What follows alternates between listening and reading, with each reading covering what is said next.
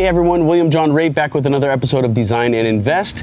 Behind me, you see the St. Andrews property, one I've been working on for quite a few months now, finally coming to fruition. It's done, on the market, and we will be discussing all of the details, the design details, the thought process that I went through in picking the selections for this and the selections themselves. So let's jump in and check it out. All right, starting on the outside, we have a very craftsman style home that we were starting with, and I wanted to keep it in line with that. This neighborhood has a lot of craftsman homes, and this buyer is definitely looking for that. I wanted to keep it super clean, modern, but also hip. So I kind of a signature of mine, I like to wrap the pillars. This one's we wrapped with mahogany. Also chose a mahogany craftsman style front door with side lights, and staying these a really nice kind of chocolatey color. The siding, we painted it with just a white siding. I wanted to really pronounce and accentuate the other details on the property, like the trim and this sort of beautiful squared off porch. We back things up a little bit. When it comes to a property like this, and when you're designing a home like this, it's really important to look at your surroundings. And in this particular case, there's a lot of craftsman properties around us. We wanted to really keep in line with that craftsman qualities and aspects. And from a business perspective, and also being an investor, I also wanted to keep in line with properties that are comps. Directly next door, if you look right here, this home right here hit the market a few months before this property and sold. So I thought it was pretty important with the finished details to be kind of in line with that buyer, just so maybe they could get a buyer that was interested in that didn't get that property to buy this. Also, when people are running comps and seeing what things are worth, price per square foot, this and that, this is perfect because this house next door is a smaller square footage. It's not as nice on the details. It doesn't have an ADU, and it doesn't have like a lot of things that this one does, but I wanted to keep it in line. I wanted to make it look like it's the same developer, so when people are running comps and doing things, they're like, oh hey, boom boom, kind of like for like. This home, St. Andrews property, is hitting the market right now for $1.9 million, just a hair under $2 million. I think that one closed at 1.6, but has less square footage, less rooms, it doesn't have an ADU, things like that. So I think they're gonna get every penny that they want out of this property. They put a fence next door very similar to the style I was gonna choose for this front fence. So I was a little annoyed. I had to make a change. I didn't want it to look too much like theirs. So I did our fence in like a charcoal kind of stain instead of the sort of wood mahogany kind of color that I wanted to go with because that's what they did. But let's jump in, talk about the details, and you can see the rest of the home. All right, so when I got a hold of this property, my client hired me on when they had already had it framed out and sort of gutted and just ready for to put things back together. I wasn't in charge of the floor plan.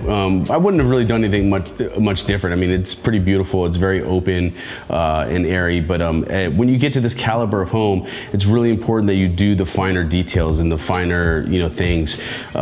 Whenever you're floating over $1 million, it's always a good idea to use hardwood floors or engineered floors, which we have here. We did white oak floors, and if you look at the fireplace, we did surround sound everywhere. So we have a zone right here to the left of the fireplace.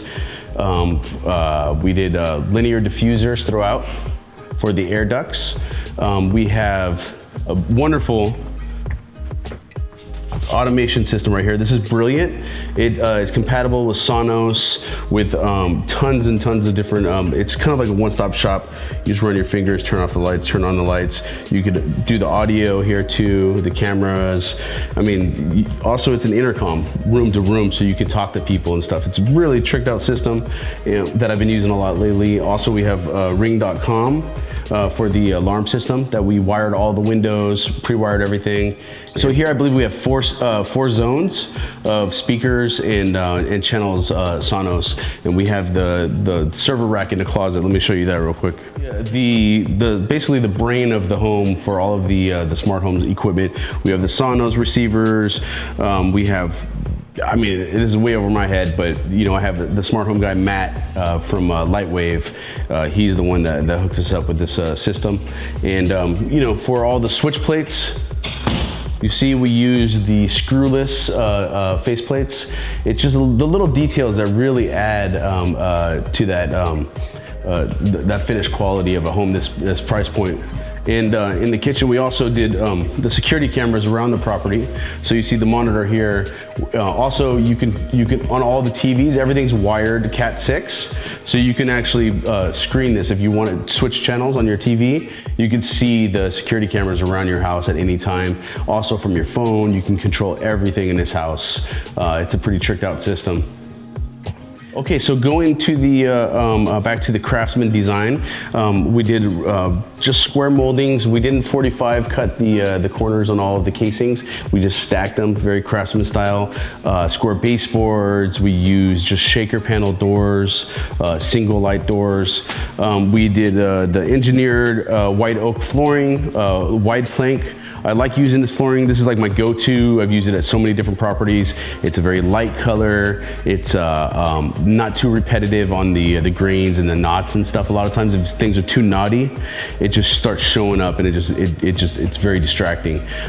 For the fireplace, we did a herringbone tile, and we did glass there. So when you light it up, it's the diffuser goes to the glass. We did a white quartz hearth for the bottom, and that's inset into the floor, so it's nice and flush. We did black vinyl windows. I believe these are Milgard. And then I had my guy, Brad, hook up a good solution for roller blinds for this property as well. It's just the finishing details. A lot of developers, they don't add blinds, they don't add fridges, they just leave a lot of stuff out that basically, if I'm a buyer, it pisses me off. They don't put washer and dryers. This particular developer wants this home to be ready to go for the people. I would not be surprised if someone wanted to buy the furniture with this property, which I'd be glad to sell them. It does happen from time to time. And yes, I did the staging on this property as well. So, down to the studs, all the way to the end here, I got my clients there. And I helped with some of the management, not full-blown management. They do have a project manager on this, John Calderon. But I did help out with a lot of that too, but definitely all the design details. So let's talk about the kitchen. The kitchen is the creme de la creme. I love this kitchen. I would totally have this kitchen in my house. Not my wife's style, but this is definitely my style. I had a lot of fun with it, and it didn't break the bank. I mean, the most expensive part of this kitchen are the appliances. So we did a thick mitered edge quartz. Now quartz, this slab right here is a 4-foot slab by 9 feet, okay? So this slab is only about $500 for this slab. So it's not like, it doesn't break the bank, but a lot of people, they just leave the little cheap edge that just comes with it, like it's like half of this. What I do is I miter it and it's a nice fat lip on it. You have to be real careful with that though, because a lot of people, they don't take it into consideration that the cabinets, the drawers, doors, all that stuff also need to be customized. So these are custom cabinets, knowing going into it that we're gonna put a fat edge on it and accounting for that. So that way it goes really clean. You see this line right here? This door goes clean with it right there, boom. And then so you have a nice fat edge. This one I wanted a little bit overhang here. I wanted to do something really different than I usually do. And so we waterfalled the other side and we paneled this side right here.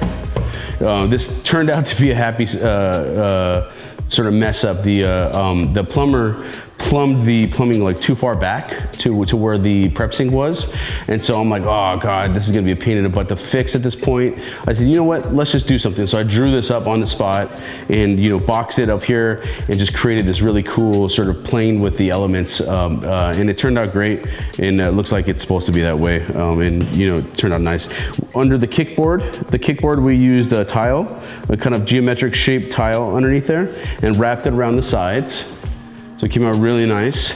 I did a nice white and chrome faucet for the prep sink with the push button garbage disposal. And then if you look on this side, we have a microwave drawer, Gen Air, pretty tricked out. I don't like pronouncing microwaves all the time, like putting them built in the cabinets and things like that. I think here it's nice and hidden and out of the way, looks super clean. We did a little mini fridge, wine fridge right here, dual zone. So So you have 2 zones there for the lower. You got your whites and reds, and then dishwasher. We use this really crazy spring faucet. I like using these because it's a very good sort of focal point of the kitchen. People are just like, wow, it blows them away. We did a faux wood grain backsplash to sort of match with the elements that we're working with here. We did a veneer, gray veneer lowers and white thermofoil uppers. Okay, and then so over here we have glass on the left and right side of the range. I really like playing with the glass and different elements. I think it really is a fun element to do with your kitchen. And over here we did floating shelves in the corner. I could have just put uppers there, but this again adds a different element and it's cool. People love floating shelves. It's great to put books on, decor items, things like that. We use Jen Air appliances for the dishwasher, the range, the microwave, and this is not Jen Air. We saved a couple bucks. We just use a very industrial style hood. I think it was like $400, so we saved some money there. And the fridge I used this also at the Clemens property, and it's not an expensive fridge, but it looks powerful. It has that Sub-Zero look to it. Has the top grills, the built-in side grills and stuff, and trim kit. And left side is the freezer, and then right side is the fridge. So it's huge. It's like a 6-foot fridge. It's beautiful. It gets a lot of attention, but it's only $3,600. Which a Sub-Zero would cost about 15 grand for a fridge, no, more than that for a fridge this big. And I think we spent that on all of the appliances as a whole, 15 grand or so. So it's a good way to bring in some nice value to your kitchen and not do it it's not too expensive. We still got the Pro handles, so it matches the Pro handles on the other appliances, and so it works out really nicely. For homes that are $1 million and plus, I always recommend doing at least a 36-inch range. They get pricier, but at the same time, it's an important feature to put in a home that people are shopping at that level. Originally, I think that the kitchen that they had designed was like 30-inch, and they kind of were skipping a lot of beats on this, and I said, no, that's one of the reasons why I jumped in the beginning, but it came out great. We did a pot filler here, which is also something that you can sort of play with at $1.5 million price point. You can bring this in and people love it. It's a really cool feature. It's hooked up directly to the hot water line, so you put your pot there when you're cooking some soup or whatever, turn it on, and you got instant hot water. Homes like this, you have recirculating pumps, so you get instant hot water anyways, but this is hooked up directly to the hot water line, so it's a really good feature to add to a real chef's kitchen, and this, you can call this a chef's kitchen. You got a prep island with a prep sink. You have a 36-inch Jen Air range, dual fuel. I mean, it's badass. This kitchen has it all. I love it. I used a very nautical style pendant for this kitchen, oversized. It looks fantastic. It gets a lot of attention. People love it. And the chrome on this house, everything just shines. It looks beautiful. And we have the camera system in the corner. Also, we have USB outlets back there, so if you want to plug in your phone. Also put USB outlets in the back of each nightstand, where the nightstands go in the bed walls in all of the bedrooms. Cat 6 in every room is already there, so you can hook up straight to the server rack, and also stream your camera security system straight through the TVs. This house is very open floor plan, which I love. So you have to just float everything, float the furniture here, and there's no defined dining room. It's a dining space and a living space and things like that. And it opens up to this grand room back here. That's the den sort of family area. This is where most of the people are gonna be hanging out. We use these awesome bifold La Cantina sliders. So check these out. These things are pretty tricked out.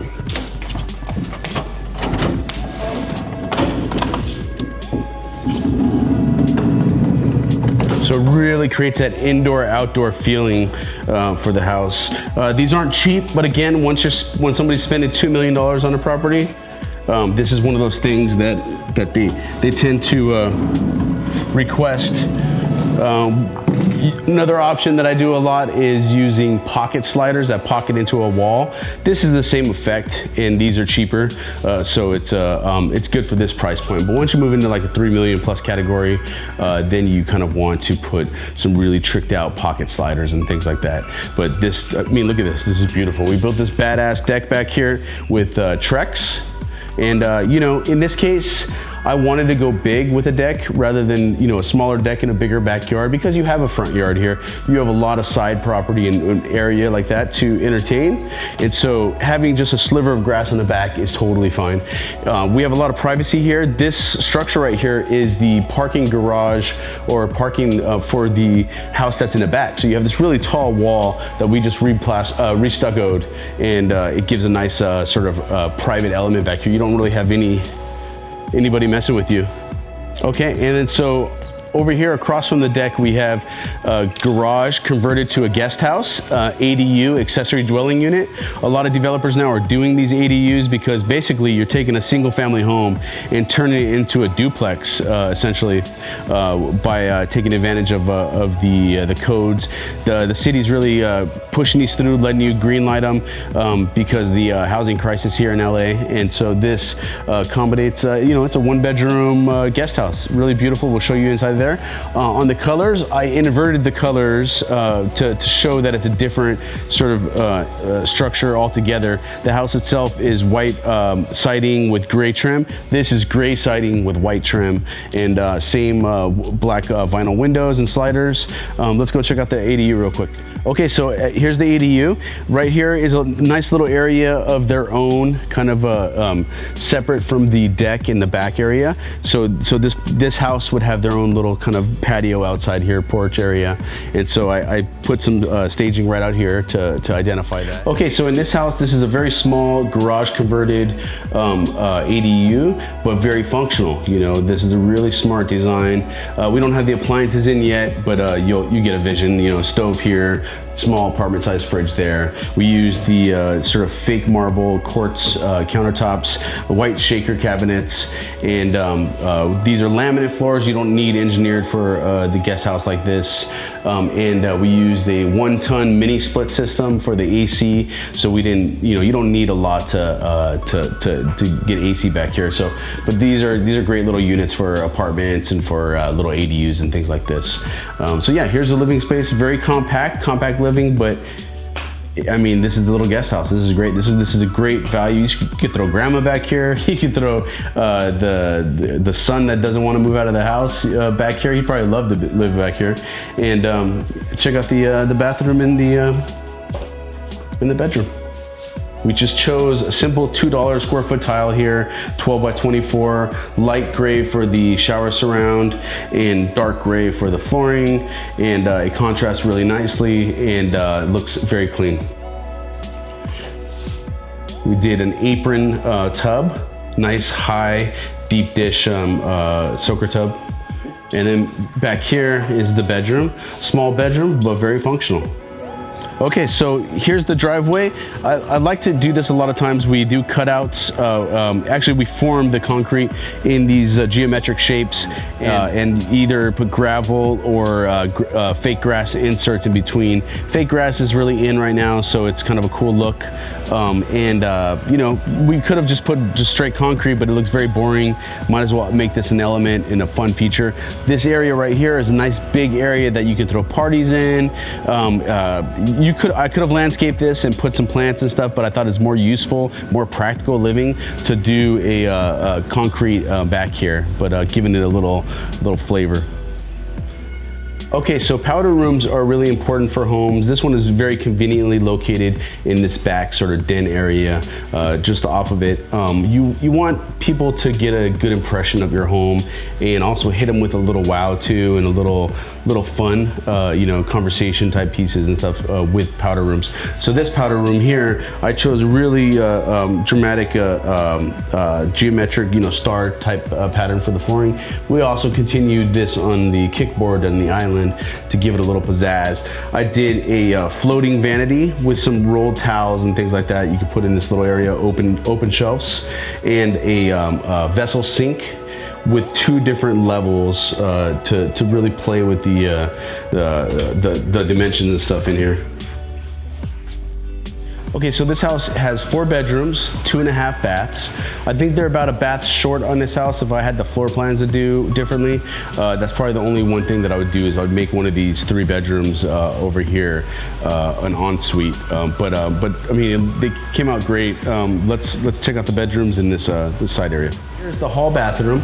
We did, again, floating vanities. This is a dark gray veneer with white quartz. I didn't do the big bullnose on these, not necessary so much for the secondary bathrooms and such, but we did do an 8-inch offset faucets. Also in chrome. We did a nice big custom mirror, some nice Edison style light bulbs for some ambient lighting. We did a high gloss 12 by 24 inch tile on the flooring, so it contrasts nicely and also grounds the countertops to the flooring, which I think is important in good design. For the shower surround, we chose a very nice thick porcelanosa style tile. Real porcelanosa is like $20 a square foot. This stuff, I think I got it for like $8 a square foot, which is, but it shows really nicely. It's kind of these little hexagon shapes, but it looks like real stone. And when put together, it looks like just one sort of like a wallpaper almost. And we did a splash panel, Euro splash panel with these deep dish tubs. I like using them as well because they clear the toilet with the splash panel. So it doesn't hit the toilet when you go to open it, see? And so you can adjust your temperature. And then, you know, before you get in and commit to the shower and get into a cold shower or whatever, you can adjust it. And it's just enough to block the overspray. I mean, you may get a little bit on the floor, but this is a really sexy look. And it came together really nicely. We did a nice big niche that mirrors the width of the window above. And then we used again, you know, the black windows throughout.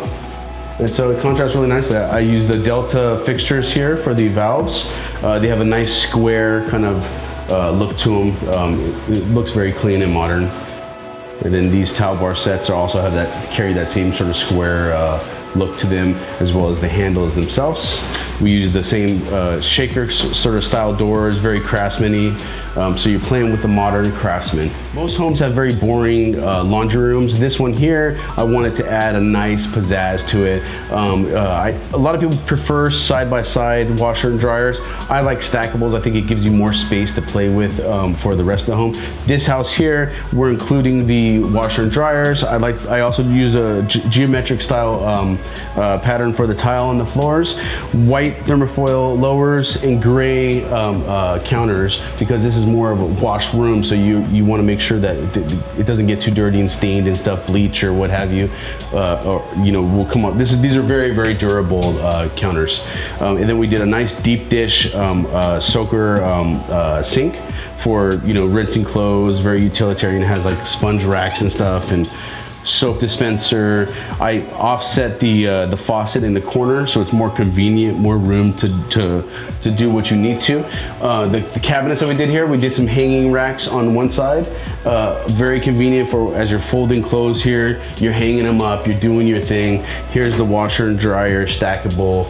Very, very sexy. I would love to have this laundry room in my house. This is very useful and very well designed, if I don't say. Here's one of the bedrooms right here. Simple bedroom, but came out really nice. We have, again, the linear diffusers throughout, the air ducts. We have behind each nightstand the USB ports that I was telling you about, as well as really nice closet doors with sort of fogged glass. And all the closets are custom closet solutions, so it's not just shelf and pull, it's a little extra, which people are really gonna appreciate. Okay, here is bedroom number 2. Again, all of the same elements of the other bedrooms carried forward. Okay, so this back half of the house was an addition. So the house ended right here. This was the house. We completely gutted it, reconfigured it so it's an open floor plan. This is a 2-story addition here. As you see, this one goes upstairs to the master, which is on the 2nd floor, completely isolated from the other rooms and what you want to see in a master, away from everybody else. And also we got this whole bottom area out of it as well, the addition. So let's go upstairs, check out the master 2nd floor.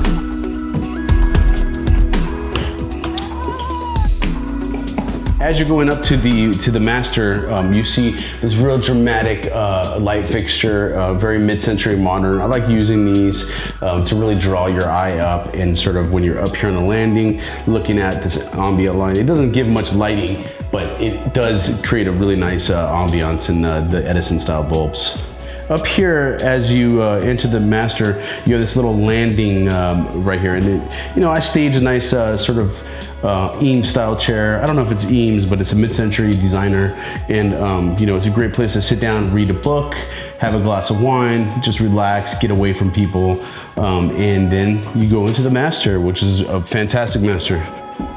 Okay, and in the master we have, again, the brilliant system, so you can control the rest of the house. You can turn off all the lights in the rest of the house.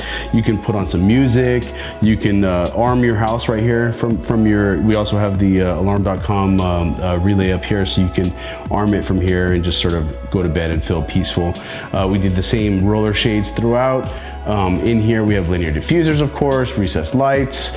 We have a speaker zone on its own for the master, so that way you can hook this up to your TV if you want to listen to it to your TV, or just listen to some music on its own.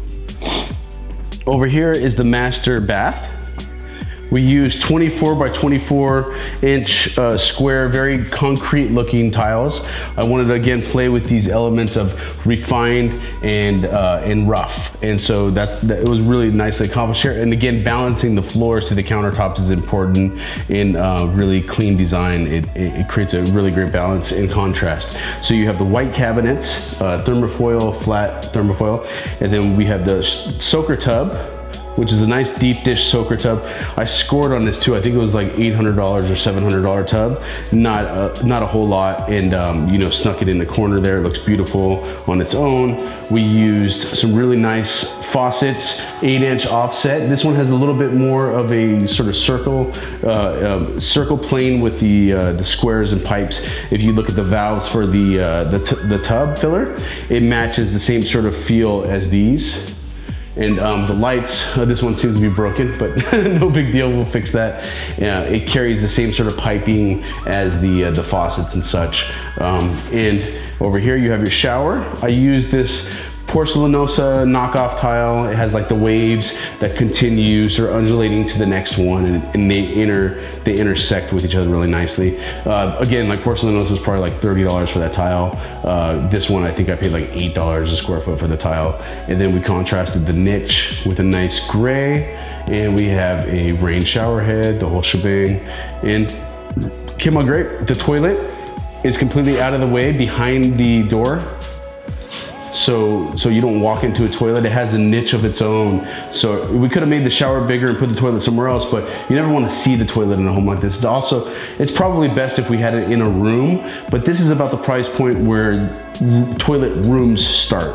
In my opinion, it becomes necessary at like $2.5 million to have a room on its own for toilets. But this one, nook out of the way, is totally acceptable for this caliber of home. Okay, I really wanted to wow people with the master closet, so we had a nice tricked out closet designed. Come here, check it out. Very, very functional. And we did drawers here, so you don't have to have a dresser in your bedroom if you don't want one. It's kind of like a thing now to not have a dresser in the room itself, but definitely here you could put all your makeup stuff. Yeah, and then here on the backsplash we have a USB and a USB-C, I believe it's called, the smaller version. So you could charge your phone, put in something to charge your watches to keep the circulation going. You have some of those watches that need the motion, and they sell those little things that you plug in and go like that. They're pretty cool. But I thought it was a cool feature to have an outlet back there, and we topped this off with some nice contrasting stone, the same quartz, just for the little finish detail. All right, guys, I hope you liked this episode of Design and Invest. I really poured my heart into this design of this house and the staging, and I love showcasing these and showing people my thought process on what goes into designing a home like this. I mean, there's so much more on the back end, but I'm not gonna go into those details, but just giving this overview is it's pretty special and fun to do. So remember, guys, design, invest, and repeat.